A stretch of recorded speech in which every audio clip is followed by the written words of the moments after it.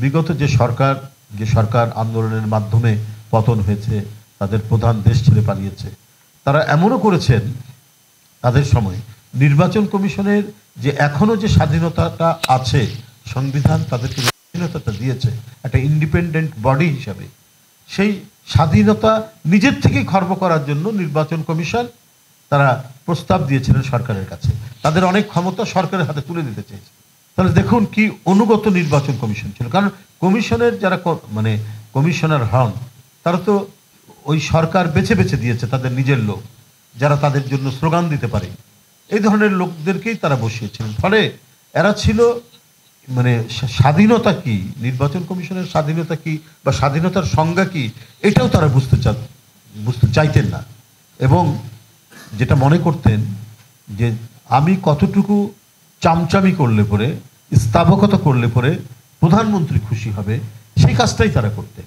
এবং প্রধানমন্ত্রী খুশি হবেন যে নির্বাচন কমিশনে যারা রয়েছেন তারা যদি নিজেরা নিজেদের স্বাধীনতা খর্ব করার জন্য এটা যদি সরকারের কাছে যখন তারা পাঠিয়েছেন, তাতে শেখ হাসিনার সরকার কিন্তু তাতে বিচলিত হয়নি, বরং খুশি হয়েছে, যেটা পার্লামেন্টে আবার আইন করে সেটাকে মানে সেই স্বাধীনতা খর্ব করার প্রচেষ্টা নিয়েছে। তো এই যে ঘটনা, এইগুলোর যেন কোনোভাবেই পুনরাবৃত্তি না হয়। এই অভিমতটা আপনাদের কাছে আজকে যেহেতু একটা গোল টেবিল এখানে সবাই আলাপ আলোচনা করছে, সেটা আমি আমার অভিমতটা বললাম। এই জন্যই বললাম যে ভবিষ্যতে আর যেন কখনোই কোনো নির্বাচন নিয়ে প্রশ্ন না ওঠে যে এখানে হস্তক্ষেপ করা হয়েছে, এখানে সরকার তার প্রশাসনকে ব্যবহার করে নিজেদের প্রার্থীদেরকে বিজয়ী করেছে, এই কথা যেন কেউ না বলে।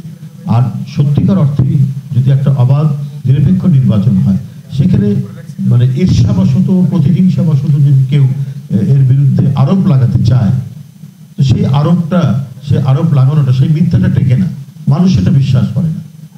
কোন নির্বাচন অবাধ সুষ্ঠু নিরপেক্ষ হয়েছে, কোন নির্বাচন হয়নি, এটা অবধারিতভাবে এদেশের জনগণ সুস্পষ্টভাবেই তারা সেটা বুঝতে পারে এবং তারা সেইভাবেই তাদের আচরণ করে, সেইভাবে তারা অ্যাক্ট করে, সেইভাবে একটি সরকারের প্রতি তাদের আনুগত্য এবং তাদের বিরাটভাবে নির্ভর করে।